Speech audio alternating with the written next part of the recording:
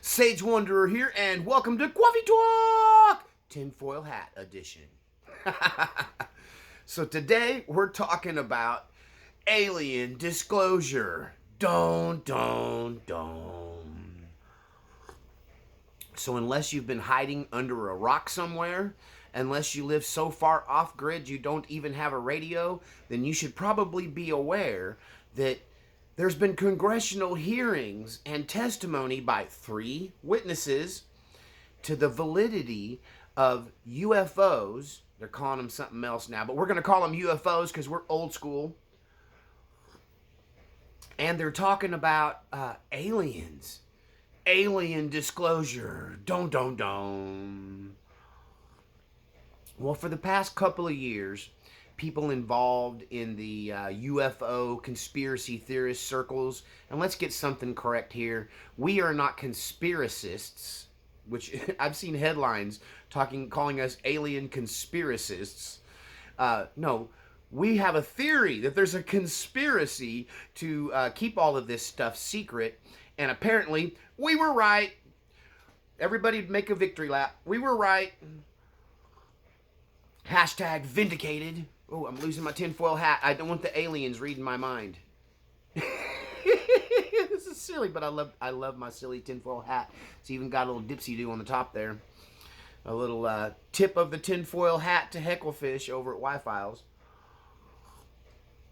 But, yeah, they've been talking for a couple of years how disclosure is coming. Gaia TV and the secret space program people over there, Corey Good and whatnot, they've been talking about how the disclosure is coming, right?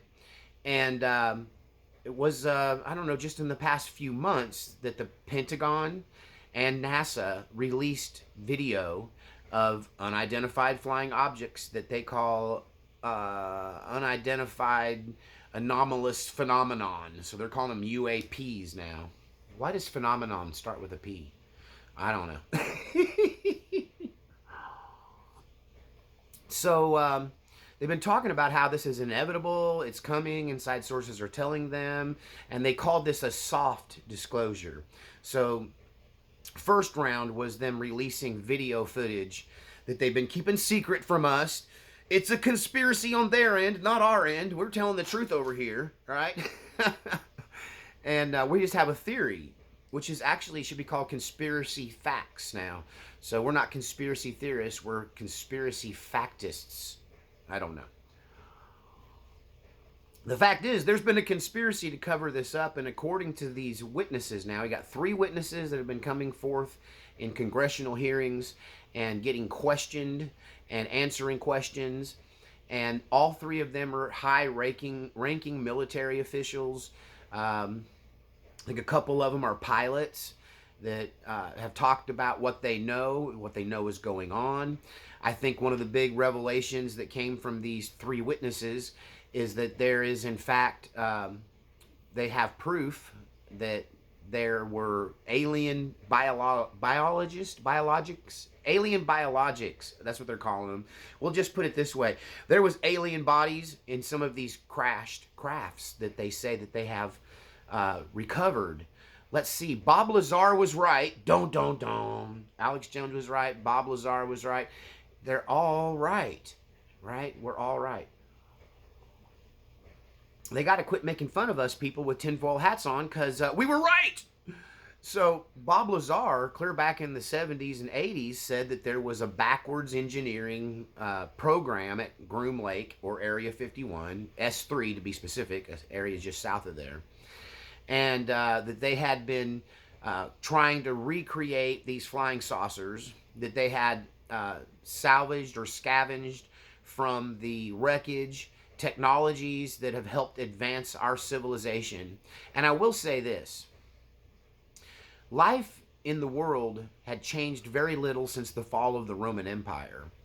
And we had the Dark Ages where things kind of went backwards for a while. But basically we have been in the horse and buggy days for centuries, for 1,000 years or more, where our highest level of technology was basic mechanics and the wheel. And how did we get from there to going to Mars? How did we get from there to the interwebs? In literally one lifetime. Now, This started before my lifetime started, I'll give you that. But my grandmother, who recently passed away, was born in the horse and buggy days and went out in the internet age. And her generation, she was 105 when she passed away, her generation lived to see all of this. And it came out of nowhere. And there is no logical explanation for how we get from horse and buggy days to space travel and the internet in one lifetime. It's inconceivable that the human race would suddenly explode technologically. And so we have to, and I have assumed and said on this channel many times, it's because of alien technology. This thing I'm talking to you on did not originate from planet Earth. This is alien technology, right?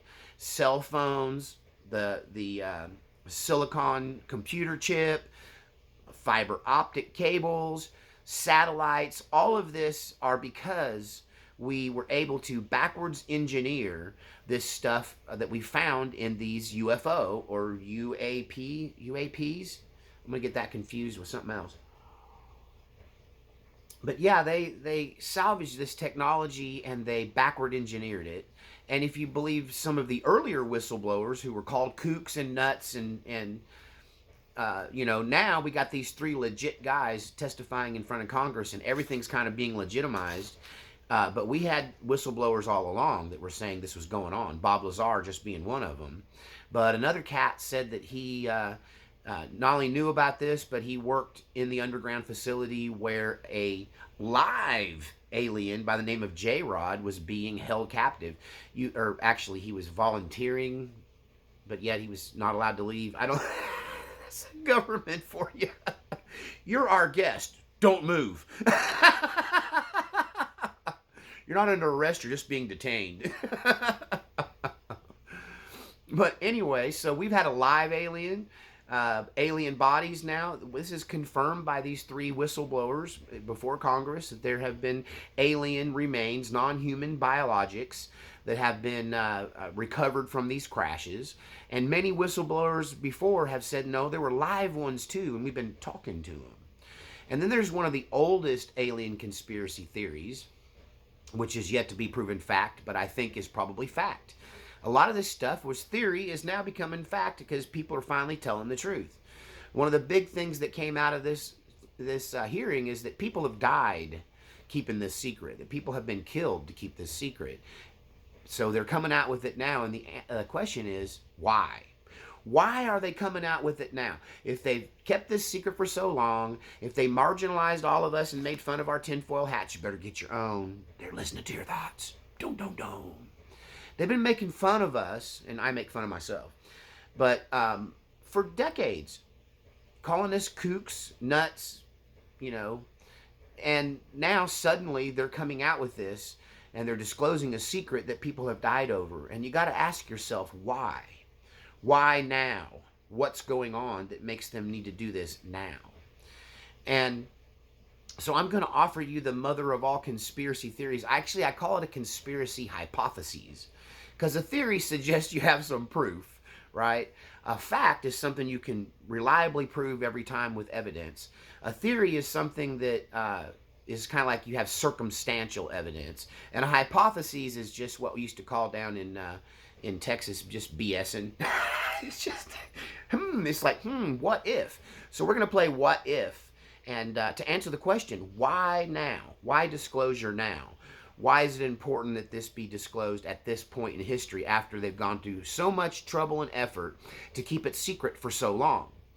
Well, it goes back to the 1950s when Eisenhower was president. One of the first big UFO mass sightings is some flying saucers seem to be hovering over the White House, and the conspiracy theory that's been put forth, the stories that we've been hearing since the 50s and 60s, is that aliens did the quintessential take us to your leader routine and went straight to the President of the United States, Dwight D. Eisenhower.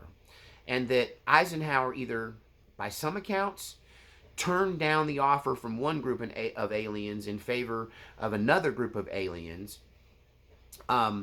or he actually took the deal with the first group of aliens. Either way, deals were being offered, deals were being considered, and some say that deals were taken. If you look at our technological advancements, they seem to really go off the charts in the 1950s, 60s, and 70s.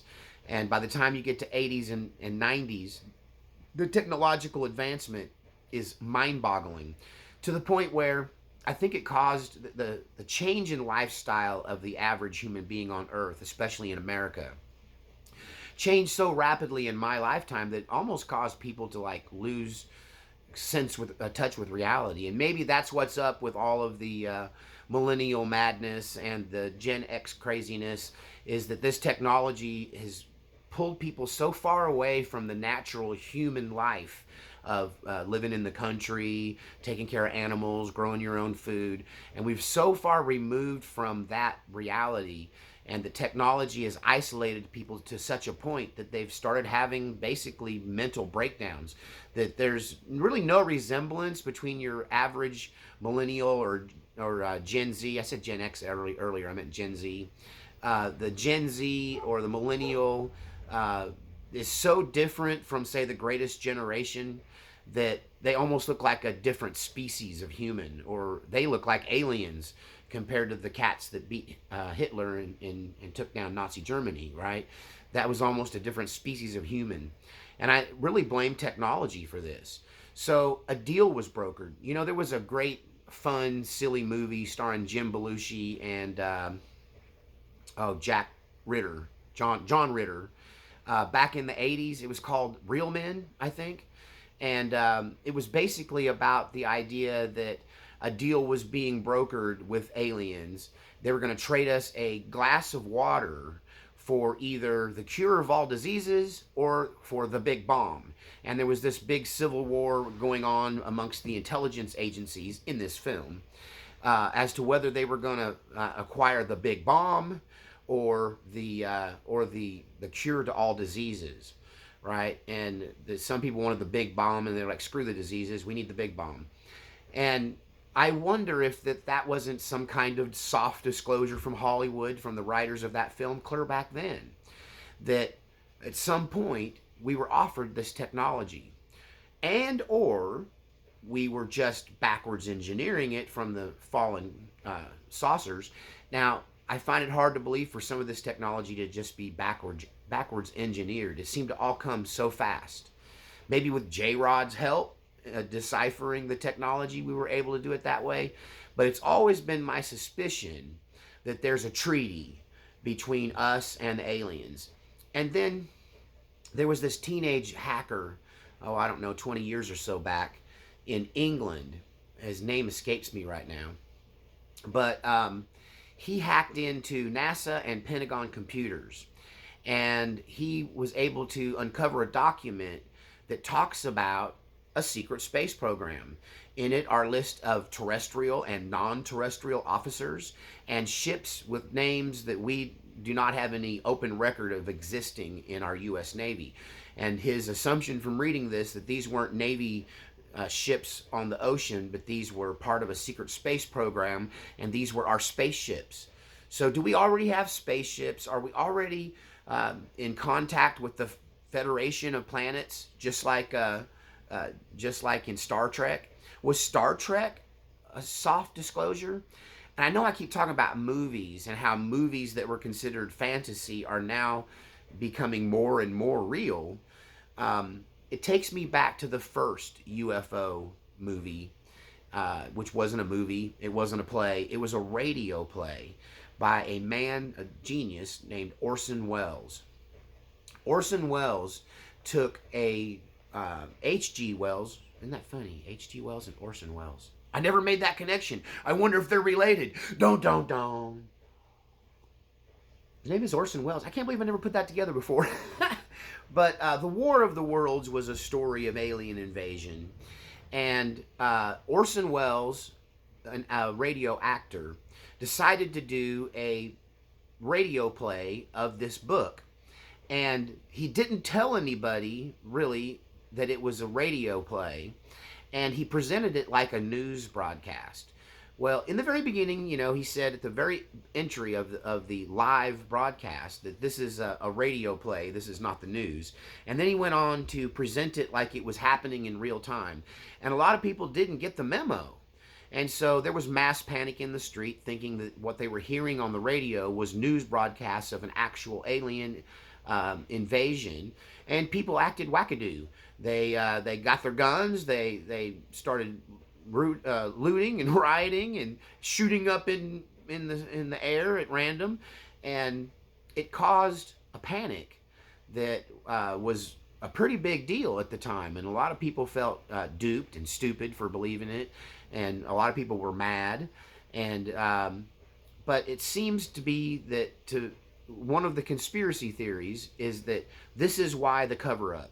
That we found out clear back in the 1940s that there were aliens, aliens were real, that there were flying saucers, that they'd been visiting Earth for thousands of years, and that, all of that was well known at the time, and they commissioned Orson Welles to make this radio play to test the waters and see what people's reaction might be to a real-life alien invasion. And or contact with aliens. And they decided that the American psyche could not handle that kind of shocking news. That the reaction to the War of the Worlds radio play was too extreme, and was an indicator that if it happened for real, society would break down, people would stop going to work, businesses would close, and people might run to the hills or do other crazy things. And so they decided that you can't handle the truth. You want the truth? You can't handle the truth. That's my best A Few Good Men impersonation there. Jack Nicholson. But anyway, they decided we couldn't handle the truth, and that's when the cover-up really went into high gear. And I have another theory that I talk about in some of my moonshot videos, where I talk about why did we go to the moon, why was there a space race, how come in the middle of a Cold War we stopped everything and tried to put people on the moon. And I put together the argument that that was a competition as to who was going to get to do business with the aliens, that the aliens don't really recognize our borders. That may be why the leftist Kabbalists want to abolish borders. I could get into some other issues there, but we're going to stick to the topic here. There's a lot more to talk about on this, but so they don't really recognize our individual countries, and they want us to be united as one global planet, and that way we have one representation to the Federation of Planets, and they want us to stop fighting amongst ourselves and be a unified people. And so, therefore, to determine who had the right to represent planet Earth, receiving all them contracts. We'll talk maybe later in this video or another one about what the aliens got in return for the technology they were trading us. But if you can get off-world and prove to us that you're not bound by your own gravitational field, and prove to us that you can leave your orbit and enter open space, the first one to put boots on the ground on the moon gets the rights to all the technology. And that's one of my, I think, original theories here. I don't know if you've heard that anyplace else. I think I came up with that the great explanation for the moonshot and the space race was to win the rights to do the trading with the Federation of Planets. Now,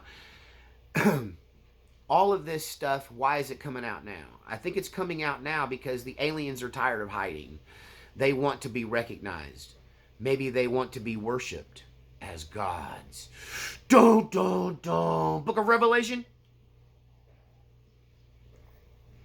I do find it interesting that so the book of Revelation tells the story of the end of time in code. And it, if you believe the dispensational, and we're going to talk about this in sermons over the coming weeks. This is kind of a big deal. But if you believe in the book of Revelation, as far as it's interpreted in common circles today, then you have to know that tells the story of the end of the world, the end of the age, and the destruction of the planet, right?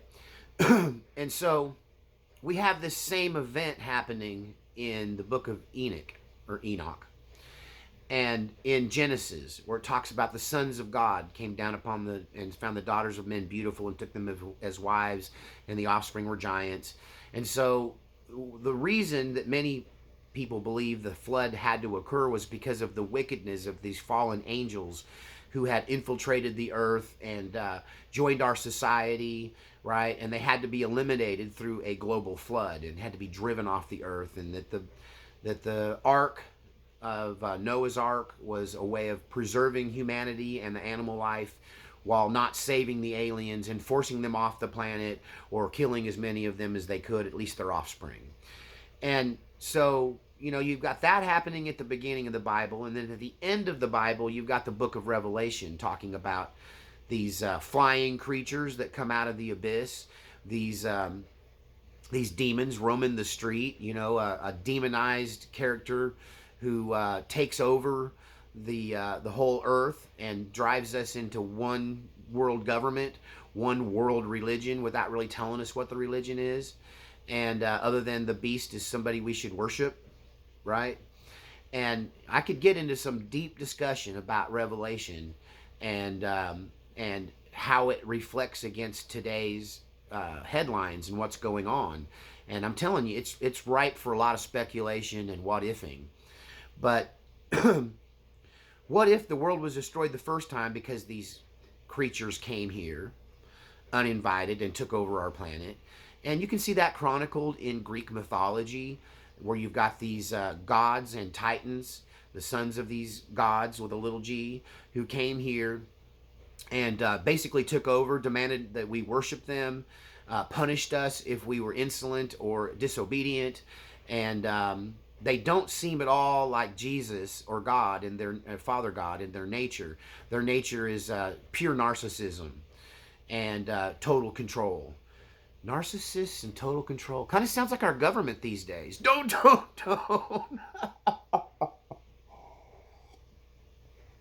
So one reason that there might be disclosure, why they finally decided to come out with this information after they had convinced everybody who wears these tinfoil hats that we're all crazy, right? They just shined us on. And, why now? Why did they go, hey, we can't keep the secret anymore. Let's let these three guys come talk to Congress. Why isn't that suppressed? Why isn't that, why are these three guys above ground and walking? You know what I'm saying? I mean, in the past, they would have just been Arkancided. They just would have been disappeared, right? And nowadays, they're letting them come out and talk to Congress. Why? I'm losing my hat. I'm losing my tinfoil hat over this one. Why now? I have a theory that these narcissistic aliens want the credit for our society. They want you to know that you got a fiber optics cable connection to the internet and can have essentially an earthly version of the Akashic record, where you can look up any truth, any evidence, you can look up any definition of anything. It's the encyclopedia and all world knowledge put in the palm of your hand, and they want credit for it. They want you to know that you didn't invent that. It's their own hubris. It's their own pride. And one thing about devils, they're prideful. Am I saying aliens are demons? Yes, of course. They're demons. And, technology, they say, there's an old saying, magic is just technology that we don't understand.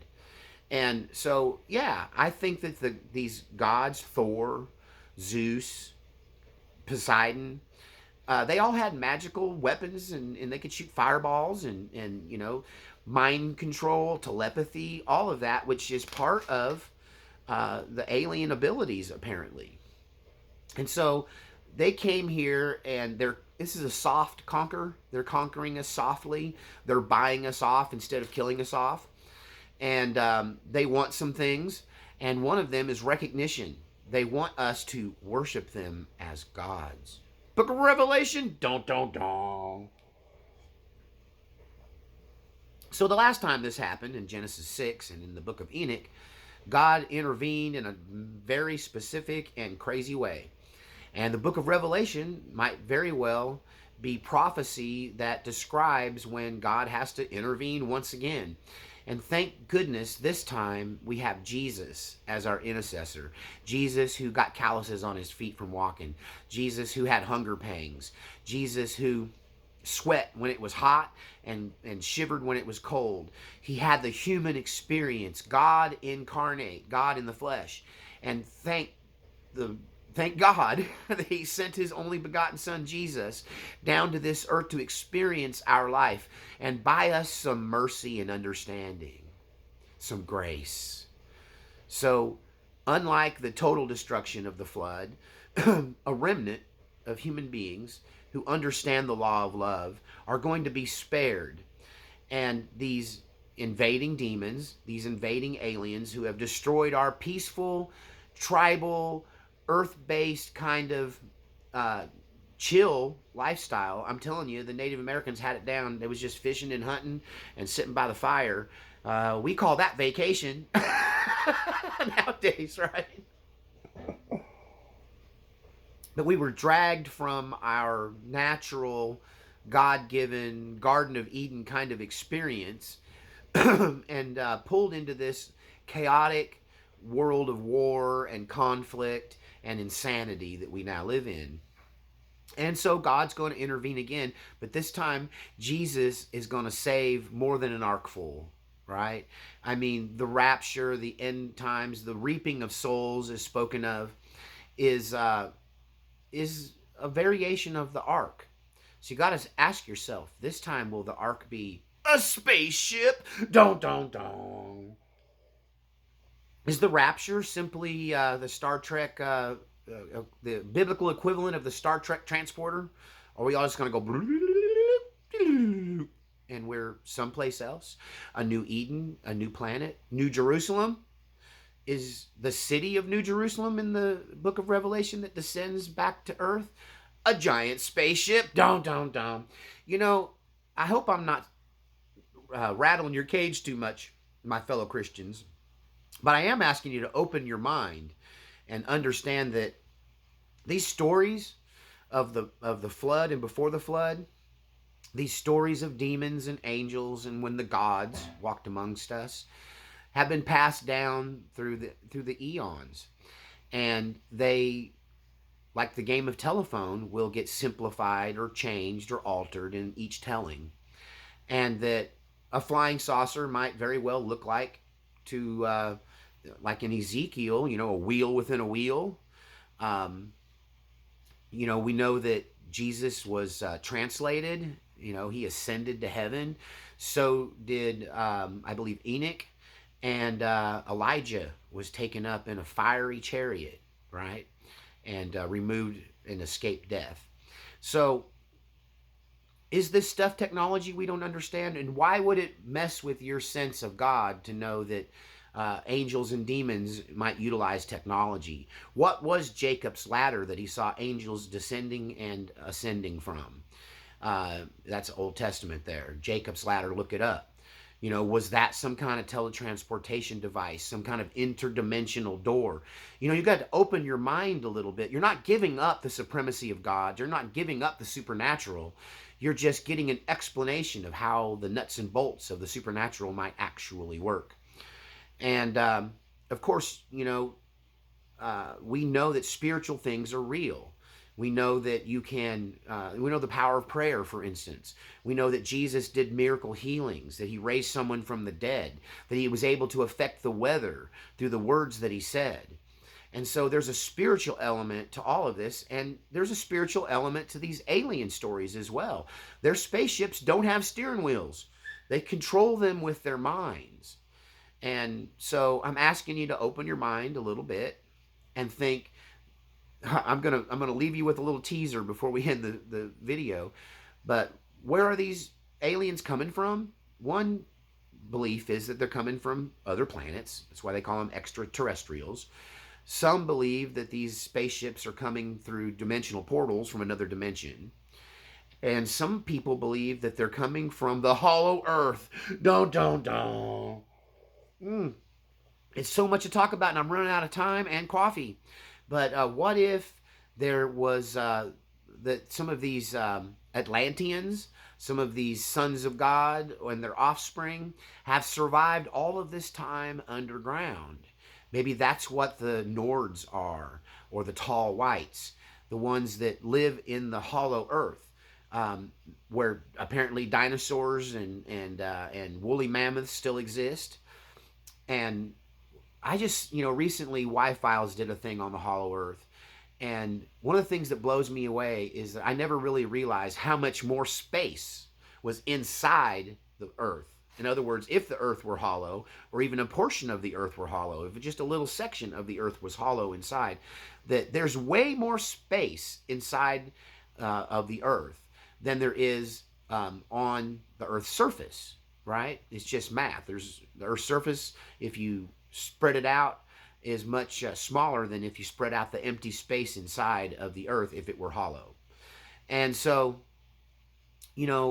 what if the aliens are actually, they've just been hiding underground? And then that goes back to the book of Revelation, where you have these demons that are being released from underground under the Euphrates River at the end times. So are we talking about space aliens? Are we talking about interdimensional travelers?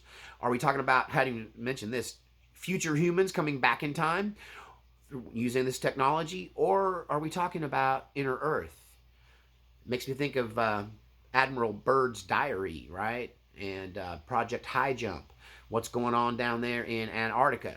So, I don't know. There's a lot to digest here. Answer this question. Why disclosure now? Why didn't they just tell us all along? Did they think they finally prepared us? Or do these extraterrestrials want the credit they feel they deserve, and they're tired of hiding in the shadows, and they want you to know that this modern society was brought to you by aliens? Don't.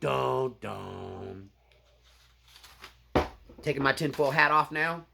Out of coffee, out of time. I will say this: if you enjoy these coffee talks, if you get something from this channel, if you're a follower of the Sheep Pen and you want these videos to keep coming, I need your financial support. Things have been skinny. My views are up, but my donations are down. So please dig deep. There's a link into the description to my PayPal. Also to Cash App. You can send something to my P.O. Box, which is listed there. My email address is there. My link to Twitter is there if you want to get into the political side of Sage Wanderer. And I hope you enjoyed this. And we'll see you next time on Coffee Talk!